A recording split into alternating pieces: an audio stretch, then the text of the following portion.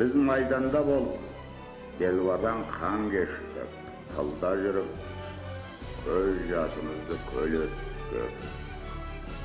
Gün tün demey еңбек etip, жеңіс үшін тер төктік.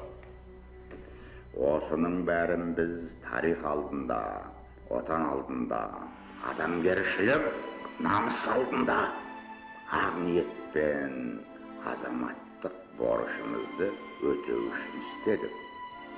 Сөйтіп, оны абыроймен ақтадық. Бұл жеңіс бізге арзанға түскен жоқ.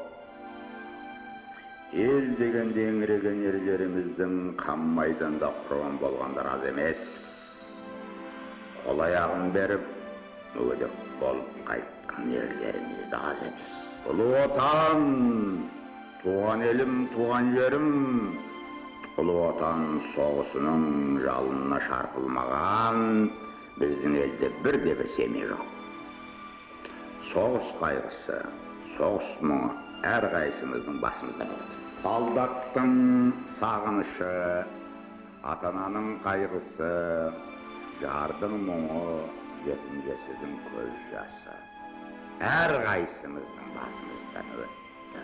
Мен өзім 40 жыл қырғында тірі қалған жандардың бірімін.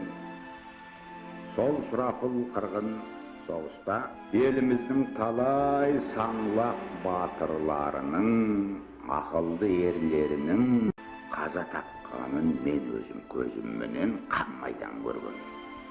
Менен артық, менен батыр, менен ақылды жігіттер өліп кеткен көзіммен көрген.